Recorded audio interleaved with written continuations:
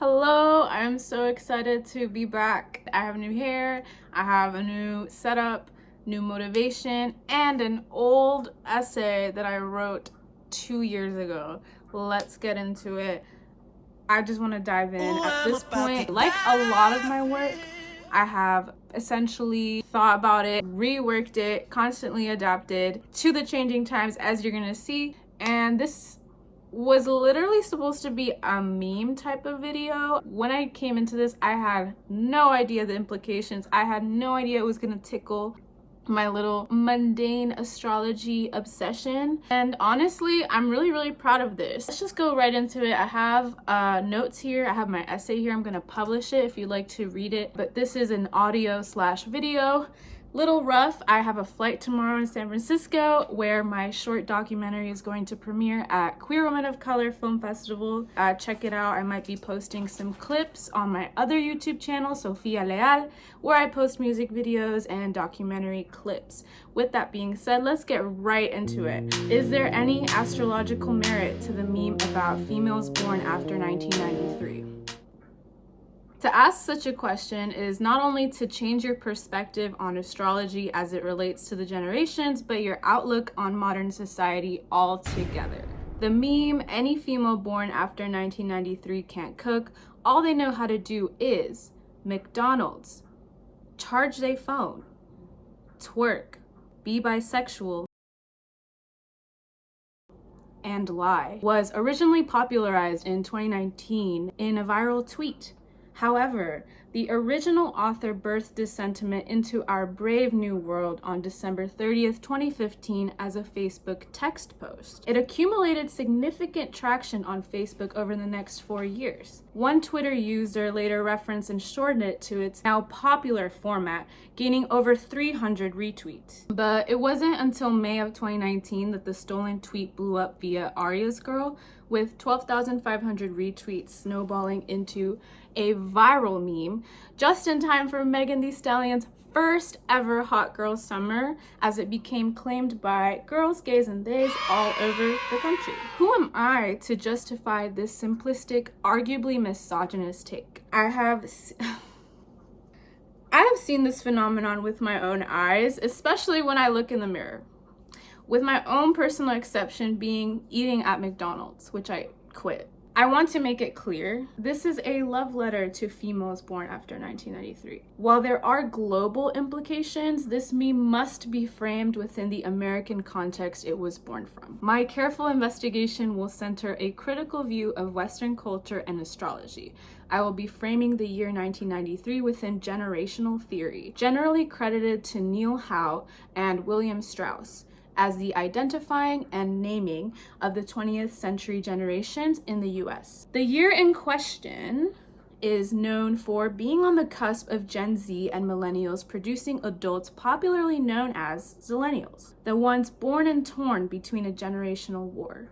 Interestingly enough, it coincided with a very significant event in astronomy and the astrology world. The conjoining of Uranus and Neptune is a rare alignment that occurs just once every 168 years. It signifies the transformation of ideals and our collective psyche. Uranus representing Aquarius, the innovation and revolutions, and Neptune representing the sign of Pisces, the collective subconscious. In conjunction, the two mark the current known as the cultural zeitgeist. The times we live in are undoubtedly defined by political confusion, and those born during this transit have their finger on the pulse, feeling strongly about the interconnectedness of humanity. The most recent Uranus-Neptune transit cycle formed and reset in February 1993 at 19 degrees Capricorn. And perhaps this points to how or why 1993 changed everything for females born during and after that year. Uranus conjunct Neptune generation, you are our only hope, reads the title of a lone Reddit thread, one of the top results of a Google search about this crazy shit. While the Uranus-Neptune conjunction perfected on February 2nd, 1993, most astrologers agree in considering this unique alignment to have lasted anywhere from 1990 until 1996, based on how close enough, astrologers personally consider it to be significant. While 6 years isn't enough to define an entire generation, this essay and its theory is still considered to operate under the branch of generational astrology, which focuses on the outer planets, Uranus, Neptune, and Pluto, which take literal decades to orbit the sun, making this Reddit thread, at least in naming them as a generation, accurate in astrological terminology. But what of the second part of this Reddit statement, and why did this bold internet surfer see those born during this celestial phenomenon as our planet's only hope? And why do others today still see anybody assigned female at birth during 1993 and beyond as bisexual fast food enjoyers only capable of charging their cellular devices and lying? And are these things mutually exclusive? In this essay, I will argue that they are not.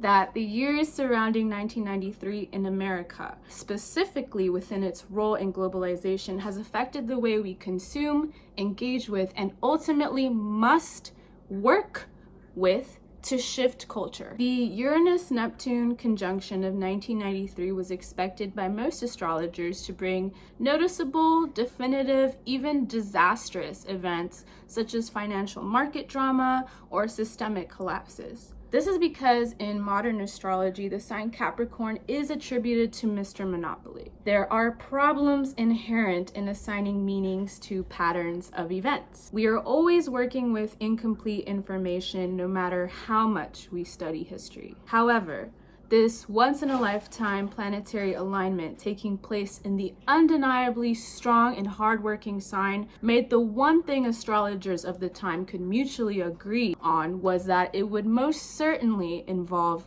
power, something that transcends any society or empire's coin.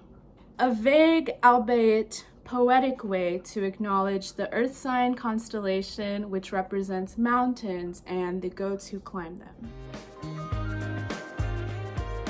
The changes that became inevitable by 1994 will have to be more fully achieved and realized by this new generation, imbued with a more conscious spirit of human unity and solidarity. Astromatrix.org on the Uranus-Neptune generation. The year Kurt Cobain died was extremely eventful. On New Year's Day, 1994, immediately kicked off with the Zapatista Revolution. What followed was a 12-day uprising as indigenous communities in Mexico, Chiapas, declared war on the Mexican government, ringing in Capricorn season and the year for land back efforts. That same year, Nelson Mandela was sworn in as the first Black president of South Africa. During two apparent victories in the struggle against imperialism, there were significant strides for it to maintain its interests through the insidious beast that is free trade. The Zapatista uprising was intentionally planned to start the same day NAFTA, the North American Free Trade Agreement, took effect, one of the most ambitious multinational deals ever accomplished. Nelson Mandela would turn his back on parts of the revolution, specifically the African Freedom Charter's words, which his voice once fought battles for. The national wealth of our country, the heritage of South Africans, shall be restored to the people. He instead privatized its industries, and the majority of the nation's wealth left to remain in the hands of Western corporate interests to this very day. For this, he is praised by economists in newspaper headlines like "From Revolutionary to Economic Manager, Mandela's Lesson in Change." In the 20th century, the bright future on the horizon promised a more connected world, especially in the 80s as Ronald Reagan ushered in an era of hyperglobalization. Some countries get imported goods for less, whilst developing countries, quote unquote, get work opportunities, improving their economy. This was bullshit. Workers' rights, employment, and compensation steadily declined everywhere. An international rise of environmental ruin and sweatshops soared and continue to do so to this very day. Free trade policies and IPF loans destabilized entire countries and movements. In South Africa's post-apartheid nation, the privatization of natural resources left millions without water or electricity. Sound familiar? The word for this tragedy is neoliberalism. The Zapatistas recognized neoliberalism as a new form of ethnic cleansing, declaring NAFTA a death certificate for the indigenous peoples of Mexico. For Native peoples everywhere, the choice between liberation or liberalism has become a matter of life or death. We were forgotten. Now we are known by everyone. In 1994, we had no hospitals or schools. Now we have them. Our work was hard. Now it is much better. Compañera Zapatista. Women, femmes, and gender non-conforming people around the globe are subjected to violence, wielded by global patriarchy at the hands of those closest to them daily.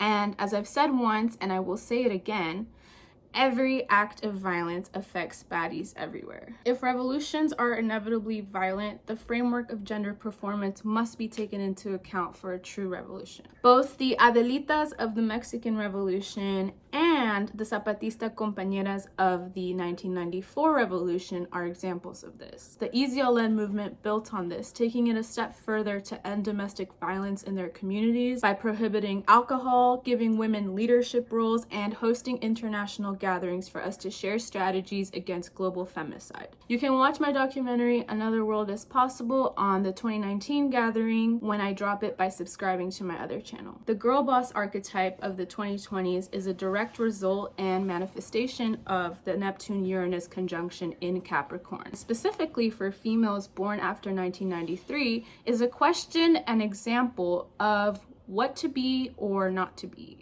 There are multiple reasons aside from the Capricorn essence of being powerful and making power moves. In terms of basic astrology, the element of earth and water are considered to be feminine or receptive. Many of us grew up seeing ourselves distorted in television, stretched and pulled across polar opposites between hyperfemme and the cool tomboy, which surfaced and dominated the 2000s through 2010s. Astrologers associate traditions with Capricorn, but whose?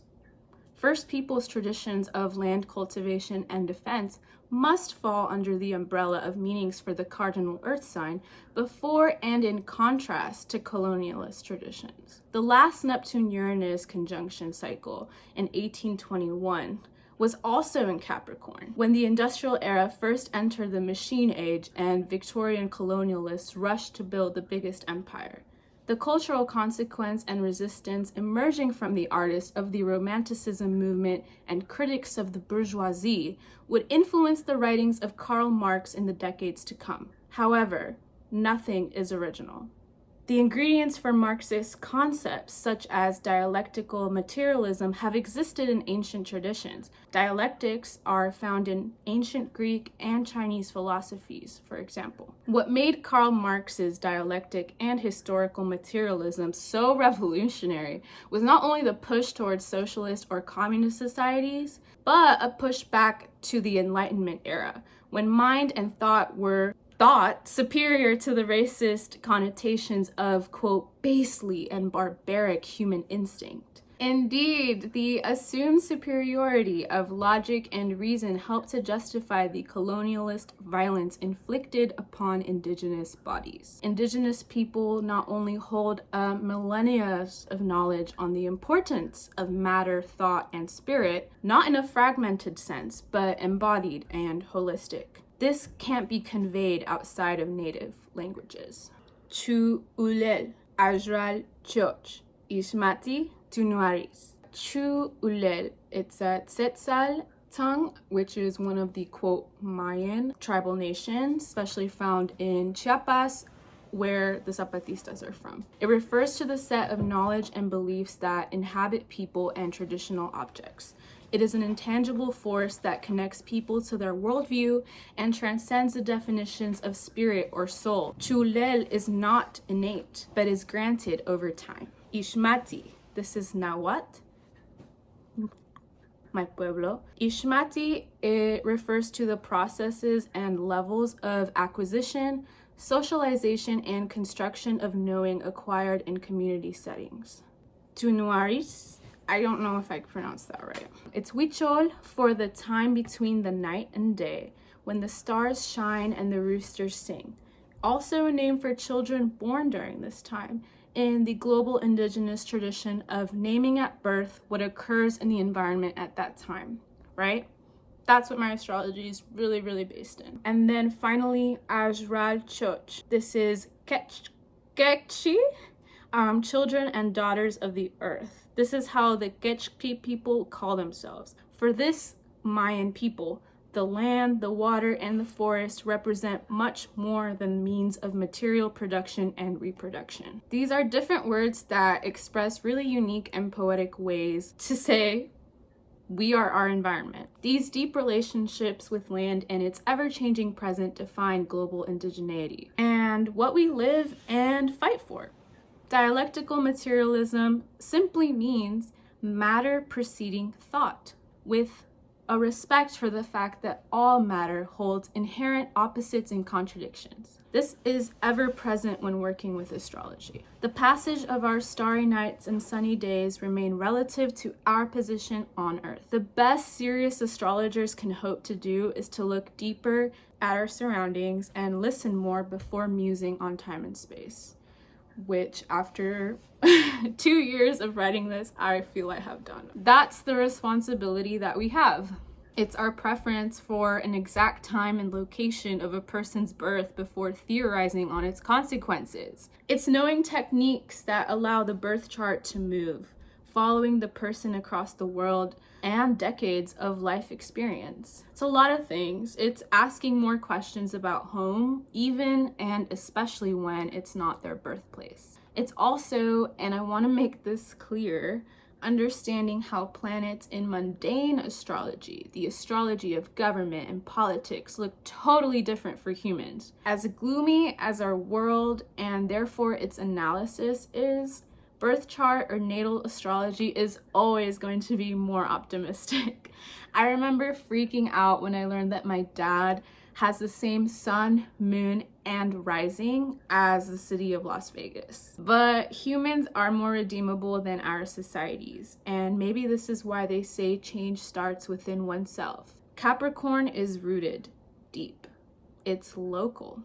Its hold on the cultural zeitgeist looks like the aesthetics of fair trade with its paper packaging. If Aquarius is the new nicotine technology of vapes, then Capricorn is the growing sentiment to grow up and smoke tobacco cigarettes like a real man. Reject modernity, embrace tradition. It's viscerally lived experience, raw nuances that get lost in the seminars of economists. Neptune and Capricorn is bizarre.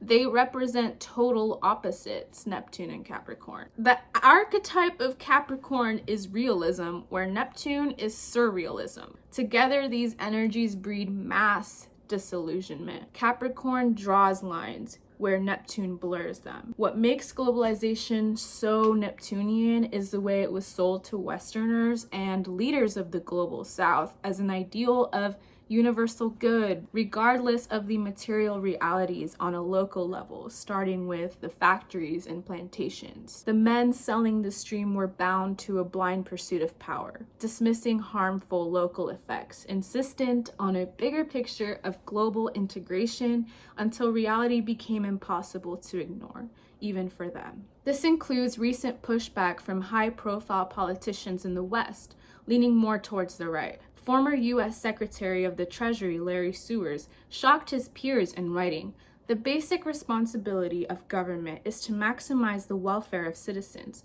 not to pursue some abstract concept of the global good."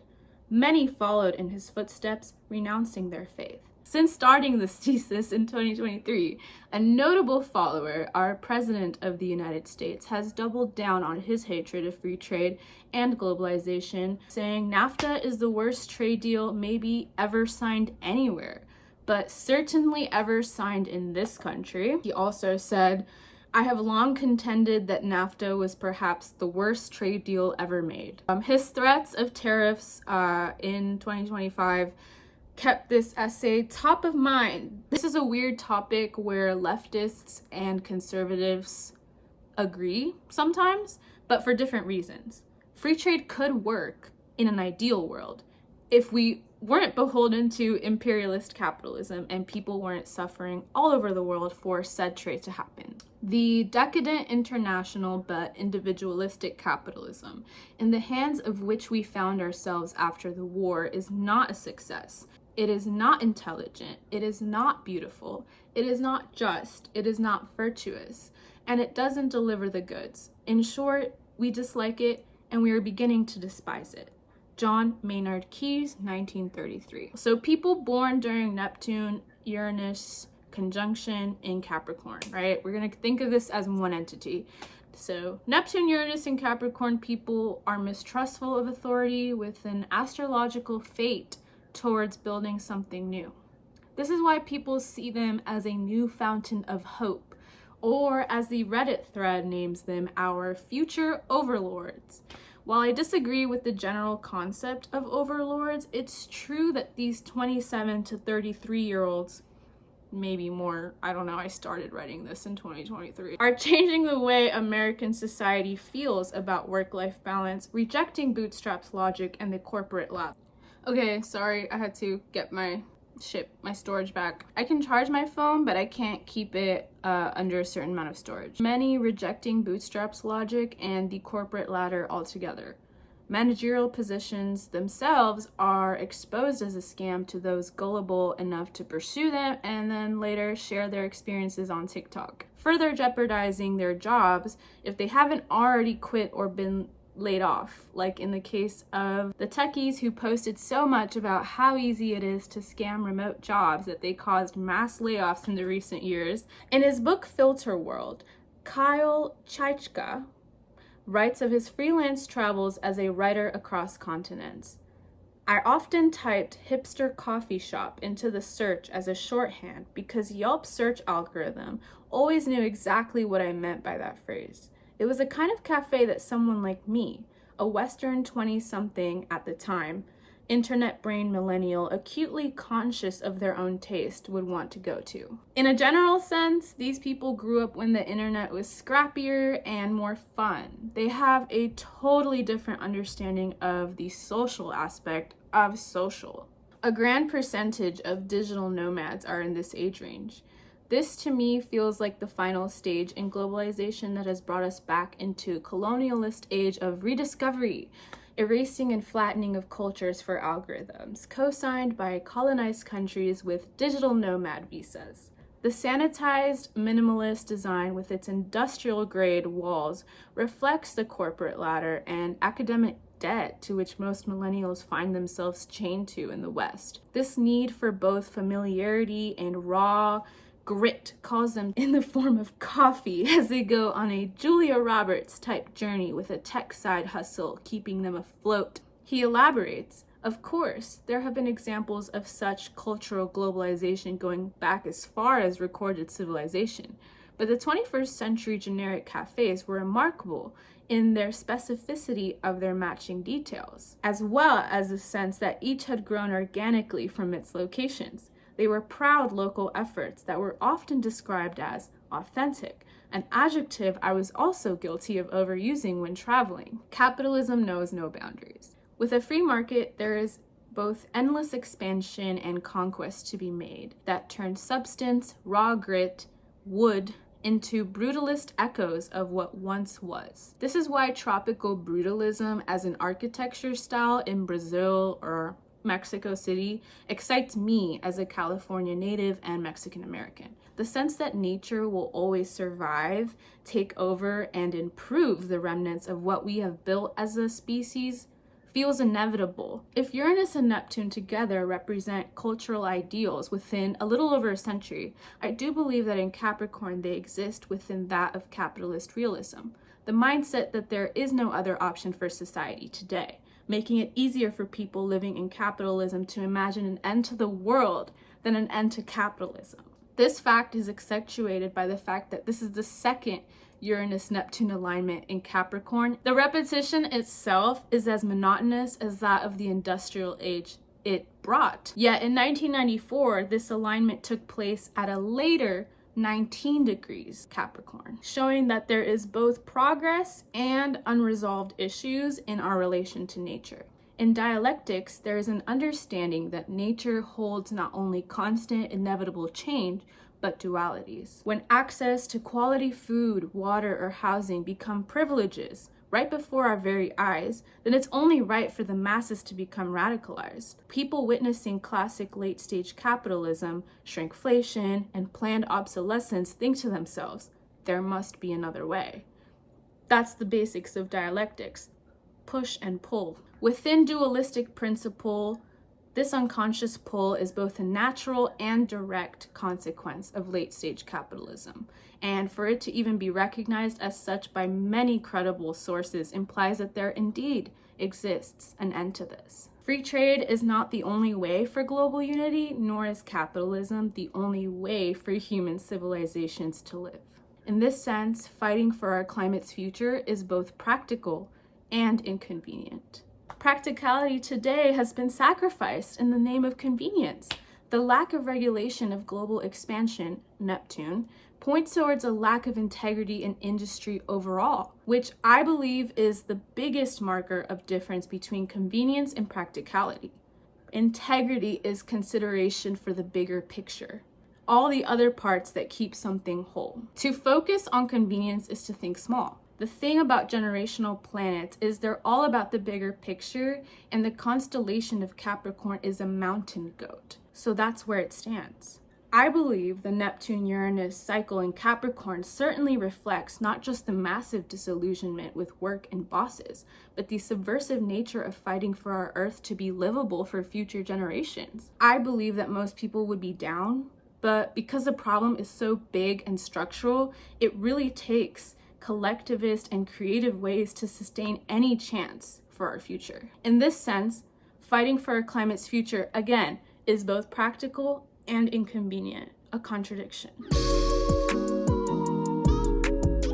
San Francisco recently hosted the APEC, Asian Pacific Economic Conference, in November of 2023. In his own words, Governor Newsom, quote, cleaned up the city to, quote, again, impress fancy politicians. Further displacing and brutalizing homeless people. Despite the now mainstream disapproval of the general concept of free trade, these cowards continue to hold their conferences in big cities. Protesters went through the heavily surveilled checkpoints and thousands of police to fight for climate justice from California to Asia and advocate for the lives of people facing G-sides in the Congo and Gaza. They even shut down the Bay Bridge. Global capitalism has affected those of us who grew up in the belly of the beast so greatly that this was just another day. While our institutions do everything in their power to keep us lost within their security checkpoints as we scramble towards family, healthcare, and financial security, American consumerism makes us feel like we're living in a circus. David writes of late capitalism's appropriations of carnival traditions, quote, traditional hierarchies of all kinds have disappeared from our culture. American culture has no head, he asserts. The ass is in control. Females born after 1993 prove this in many ways, and I believe we can leverage this to our advantage. In an aesthetic education in the era of globalization by Gayatri Chakravorty Spivak, she writes, globalization takes place only in capital and data. Everything else is just damage control.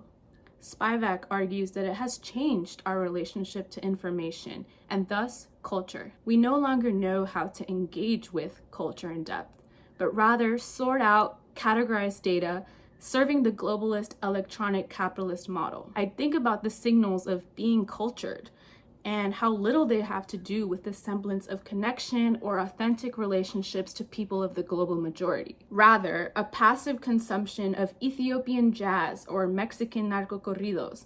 The more underground to the average WASP gaze, the better. Neptune in Capricorn is the glamorization of being real. This era was the height of what we now know as grunge.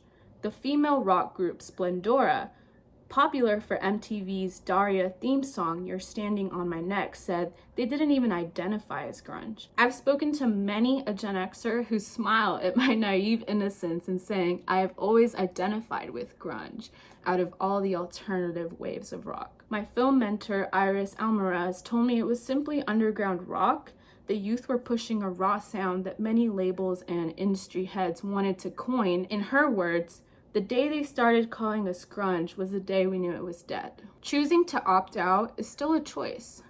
In 1993, Trainspotting came out.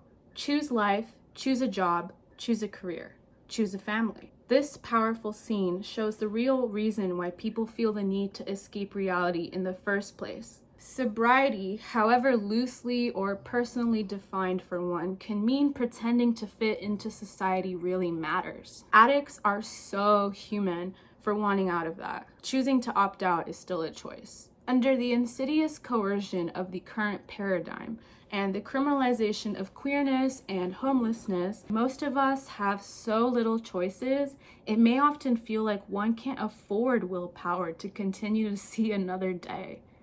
The toilet scene where our main protagonist crawled into a toilet of Trainspotting, that's some real shit. And it is very, I think, symbolic of Neptune and Uranus. You have that ethereal like water on the other side of the toilet, which is Neptune. It's very transcendental. And then there's that shock factor, which is very Uranus. Neptune and Uranus for sure in one. In 1995, La Haine came out. Its use of black and white gave a very sobering look at the very complex realities of police violence within the microcosm of a French ghetto reckoning with the legacies of colonialism and World War II. Ask any astrologer, sobering is a Capricorn term for sure. And I would argue that the use of black and white falls into the traditional aspects of Capricorn and Saturn. One of the film's most iconic scenes features a graffiti tag reading "Le monde est à vous," the world is yours, spray painted over to "Le monde est à nous," the world is ours. This points to our collective ownership of the world and thus our fundamental accountability to each other. So anyone categorized as a female is being taken completely out of context. Globalization's impact on the performance of gender and feminized duties, such as cooking, cleaning, and caregiving, has pushed this and other labor onto migrant, namely Latina and Caribbean women in the United States. The further commodification of community with the likes of DoorDash, Hinge, Airbnb have had effects on us all. With said commodification and automation, few of us born after 1993 know how to do practical things like repairing, tailoring, and cooking. Apps like TaskRabbit seek to commodify city dwellers' need for help with basically anything, while farmers are having an aging crisis. Youth in agricultural rural towns leave home because of the lack of economic opportunity and the fact that the price of cropland has doubled in the last 20 years, but wages haven't. Men used to build homes, now they start podcasts. It's not just females, no one knows how to do shit anymore, at least in the Western world. Maybe this is why the meme hits, because we know McDonald's, hot chip, and charging our phone all too well. These are the material conditions we find ourselves in. This statement isn't really a critique on females, but of the society that defines us, and I'm okay with that. While I think the original poster's qualms were with females not being able to cook or provide for a man, I do think that this attitude of moral superiority creates a damned if you do, damned if you don't perspective that makes it easy to look down on each other for our consumption choices, and often for valid reasons. But to have a serious conversation, the individual must be removed from the equation, because we are truly all in this together.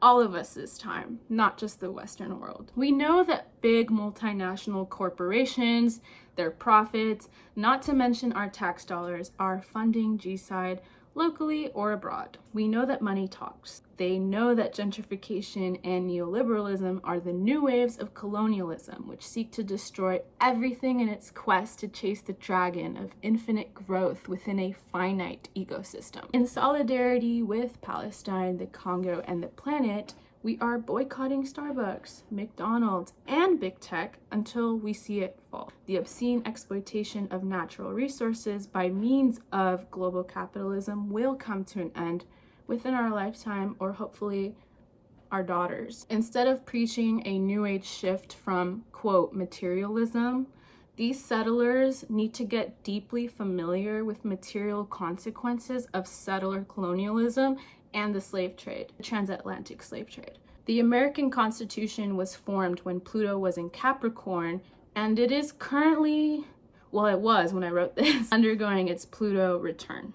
We've yet to see many 30-year-olds in positions of power, to be honest, but that doesn't mean there haven't been developments in mass collectivist power regarding these societal shifts, especially within the space for indigenous autonomy and the fight against neocolonialism. Despite predictions of the global south becoming industrial powers while Western powers shift towards service-based economies, there's now a global trend of deindustrialization everywhere. This is promising for those of us who are pirates, hunter-gatherers, and generally have had to keep our mind's eyes and pattern recognition sharp lest someone fuck around and find out. Those of us who know charging our phone at McDonald's is the only way for unsheltered neighbors to access vital information and resources. Those of us buying eSIMs for people on the strip can get online and figure out our next plans for survival and even self-realization. As the author of Glitch Feminism writes, we want a new framework, and for this framework, we want new skin. The digital world provides a potential space where this can play out.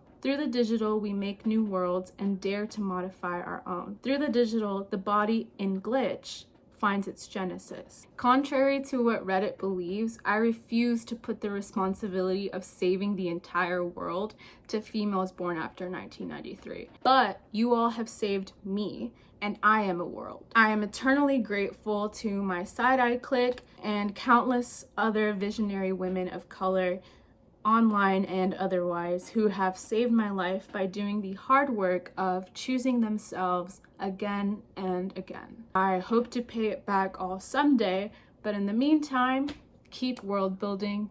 You are a world. Peace.